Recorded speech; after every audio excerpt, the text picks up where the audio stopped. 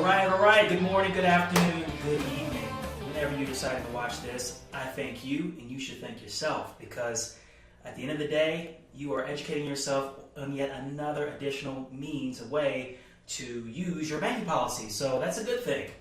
And so today, I want to talk about using your banking policy for disability insurance, right? And I know it sounds like the two aren't related, but they can be. One can complement the other. So let me explain.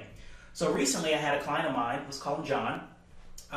He was very concerned about his ability to both retire and protect himself in case he became disabled. And so he came to us about 4 years ago to start a policy. Felt like he was behind in preparing for retirement. He's about 50 years old at the time, and so he's putting every single dollar that he can towards his policy to again prepare for retirement. And so what that means is there's not a lot of money left over for disability insurance, which is something that's top of mind right now, considering the fact that he had a brother who was a roofer, fell off a roof and was out of the job for a very long time, recovering.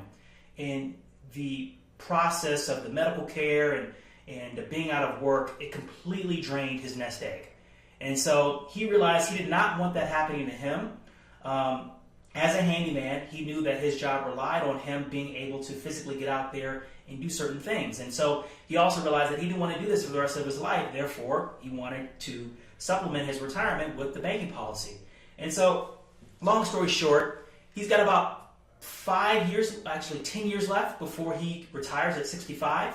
And so he approached me and asked me about what are some ways, let's kind of put our heads together, figure out how he can protect himself from being disabled. So what we did is we looked at his policy, and I'm going to bring that up right here.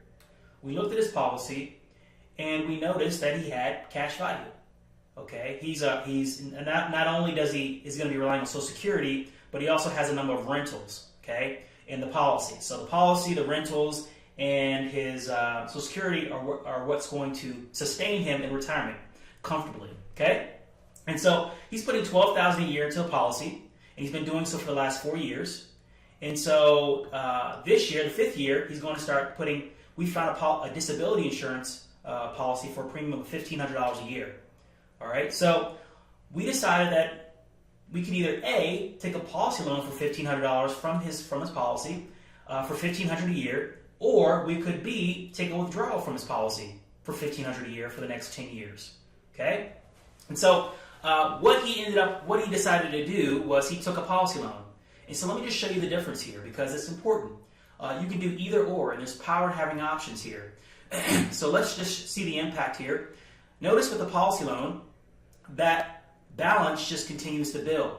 Now, he's elected to pay at least his interest on those loans, 5% interest, which equates to about $75 a year. Okay, but he's paying his interest, and so his policy loan balance continues to go up until the last year. Okay, and it just stays with him. Now, he can pay that off if he likes, or he doesn't have to. It's up to him. Okay, with the withdrawal, he takes out $1,500 a year, and that's money that he's taking out of the policy. What happens because of that? Well, as a result of him taking that money out, number one, his cash value goes down, and number two, his death benefit also decreases. Okay, so that's kind of the drawback of taking a withdrawal from your policy. Okay, but you absolutely can do it, and you can do it on a tax-free basis as well. Okay, all right. So here with the withdrawal, he has $530,000 of death benefit compared to $563,000 with the policy loan, and cash value, he's at $191,000 with the withdrawal compared to $211,000 with the policy loan. Again, with the policy loan, he has the benefit of being able to let that money in his cash value continue to compound unimpeded. Okay, whereas with the cash withdrawal, that money actually the compounding gets disturbed. Okay, you can see the impact that I have not only in year 15 but in year 30. Cash value policy loan $425, okay, compared to withdrawal $384. Again, do you want to take that hit of not having as much cash value when you're well into your golden years, right? do you want to take the hit on the death benefit? In this case, $530 compared to $564. That's an individual decision that you have to make. What happened with John is he elected to do the policy alone. He's okay with, if he has more money, right? If he has more money, he'll pay off that policy loan, or he may not. It's up to him, okay? And that's the beauty of having a banking policy. There's so much flexibility that you're calling the shots here. And so John was elated, relieved to hear that he would be able to afford disability insurance. It gave him that peace of mind that he was looking for, knowing that if something happened to him, his income would be replaced with the disability insurance, and he wasn't breaking the bank. In other words, because he didn't have the discretionary income, because he's focusing on retirement, he can also use the retirement funds as a way of paying for disability insurance, okay, for the short term. So there you have it. Hopefully this opened your eyes to yet another way to use your policy for something that maybe you hadn't even thought of, okay, disability insurance. All right, if you have any questions, feel free to reach out to me or Brian, and we'd be happy to help you out. To your prosperity. Thank you.